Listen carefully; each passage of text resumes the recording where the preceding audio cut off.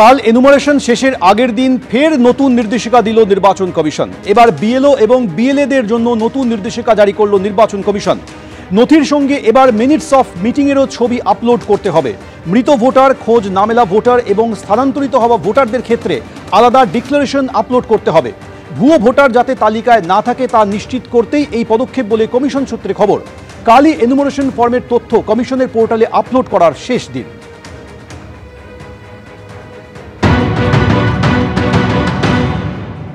একদিনের মধ্যে প্রত্যেকটা বিএলওকে, বিএলএ এবং তাদের নির্দিষ্ট অঞ্চলে সুপারভাইজারদের সঙ্গে মিটিং করতে হবে এবং সেটা এই একদিনের মধ্যে সেই ছবিটাও আপলোড করতে হবে, যেটা কখনোই সম্ভব নয়। যেটা বিএলওদের উপরে ক্রমাগত একটা প্রেশার দেওয়া হচ্ছে, মানসিকভাবে একটা অত্যাচার করা হচ্ছে। হ্যাঁ, অবশ্যই বিএলএদেরকে উপরে নজর রাখলো, যেটা একটা আমাদের বিক্ষোভ কর্মসূচির মাধ্যমে যেটা আমরা প্রথম থেকে বলে আসছি যে এটা ক্রমাগত একটা প্ল্যান মাফিকভাবে একটা চলে আসছে, যেটা আমরা বিএলওদের পাশে দাঁড়াচ্ছি। বিএলওরা এইভাবে এই মানসিক নির্যাতন, এই মানসিক চাপ কখনোই পারবে না নিতে। বিএলও অ্যাপে যে নতুন অপশানটা দিয়েছে সেটা হচ্ছে 10 নম্বর অপশান আর কি। ঠিক যেদিন এসআইআরের কাজটা শেষ হবে তার আগের দিন, একদিন হাতে আছে। এটাকে বলা হচ্ছে যে বিএলও, বিএলএ, এমওএম এই নামে দিয়েছে। এর মূল উদ্দেশ্য হচ্ছে যে কোনো ভুয়ো ভোটারের নাম ঢুকেছে কিনা, বা কোনো মৃত ভোটারের নাম ঢুকেছে কিনা, কোনো শিফটেড ভোটারের নাম ঢুকেছে কিনা, এই ধরনের যদি কোনো অ্যানোমেলি থাকে সেটা যাতে না থাকে সেটাকে নিশ্চিত করার জন্য নির্বাচন কমিশন চেষ্টা করছে। নির্বাচন কমিশনের উচিত ছিল আগে থেকেই এই ধরনের প্রস্তুতিগুলো নিয়ে রাখা। বিএলও অ্যাপে যা যা অপশান দেওয়ার সেগুলো আগে থেকেই তৈরি করে রাখলে এই ঝুঁকিটা, এই ঝামেলাটা হতো না। তবে শেষ মুহূর্তে দিয়েছে, বিএলওদের একটু চাপ বাড়বে এটা ঘটনা, কিন্তু তার সত্ত্বেও বিএলএদের যে চাপে রাখা হলো, তাদের যে দায়বদ্ধতা বাড়ানো হলো, এটা একটা অত্যন্ত ইতিবাচক দিক বলে আমরা মনে করি। কাল এনুমারেশন শেষের আগের দিন, তার আগে সূত্র মারফত যে পরিসংখ্যান উঠে আসছে, এসআইআরে বাদের তালিকায় কি 57.5 লক্ষ, মৃত ভোটার হতে পারে 25 লক্ষ, স্থানান্তরিত হিসাবে বাদের তালিকায় প্রায় 20 লক্ষ ভোটারের নাম থাকতে পারে। খোঁজ পাওয়া যায়নি এমন ভোটার প্রায় 11.5 লক্ষ, ডুপ্লিকেট ভোটার হিসাবে 13.5 লক্ষ ভোটারকে চিহ্নিত করা হয়েছে। সূত্র মারফত এমনই খবর। আমাদের প্রতিনিধি রুমা পাল আমাদের সঙ্গে রয়েছেন। রুমা, এই পরিসংখ্যা তোমার কাছ থেকে আরো বিস্তারিতভাবে জানতে চাইবো।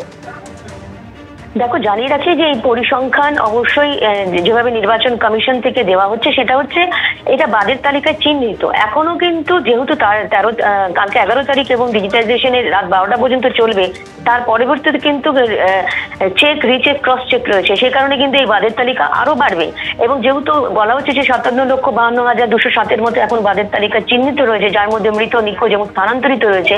এবং অন্যদিকে জানিয়ে রাখি যে আজকে কিন্তু বৈঠক ছিল, স্পেশাল রোল অবজারভারদের সঙ্গে বৈঠক করেছেন মুখ্য নির্বাচনী আধিকারিক এবং স্পেশাল রোল অবজারভার সুব্রত গুপ্ত ছিলেন, অন্য ডিওরাও ছিলেন, যারা প্রেসিডেন্সি ডিভিশনের যারা ছিলেন ডিওরা। এবং সেক্ষেত্রে কিন্তু সব থেকে মাথা ব্যথার কারণ হয়েছে এই মুহূর্তে কিন্তু প্রোজেনি ম্যাপিং এ দেখা যাচ্ছে যে এখানে যে প্রোজেনি ম্যাপিং এর যে সংখ্যা কিন্তু অত্যন্ত বেশি এবং দেখা যাচ্ছে যে গ্র্যান্ড প্যারেন্টস, অর্থাৎ শুধুমাত্র বাবার ক্ষেত্রে নয়, বাবার সাথে নয়, গ্র্যান্ড প্যারেন্টস এর সাথে কিন্তু সবার ম্যাপিং হয়েছে।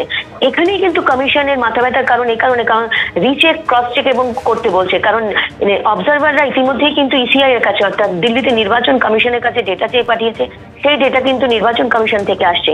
এখনো পর্যন্ত জানি না কি সেলফ ম্যাপিং এর যে ক্ষেত্রে যে তথ্য সামনে আসছে সেটা হচ্ছে 2,93,52,893, 33%। প্রোজেনি ম্যাপিং এর সংখ্যা আসছে 3,84,85,166, 50.22%। অর্থাৎ এখানে কিন্তু বলা হচ্ছে যে কিভাবে এটা কিন্তু বেশিরভাগই কমিশন মনে করছে যেটা হচ্ছে তোমার বর্ডার এরিয়াতে রয়েছে, বর্ডার অঞ্চল যে রয়েছে সেখান থেকে কিন্তু এই সব প্রোজেনি ম্যাপিং এর সংখ্যা কিন্তু বাড়ছে।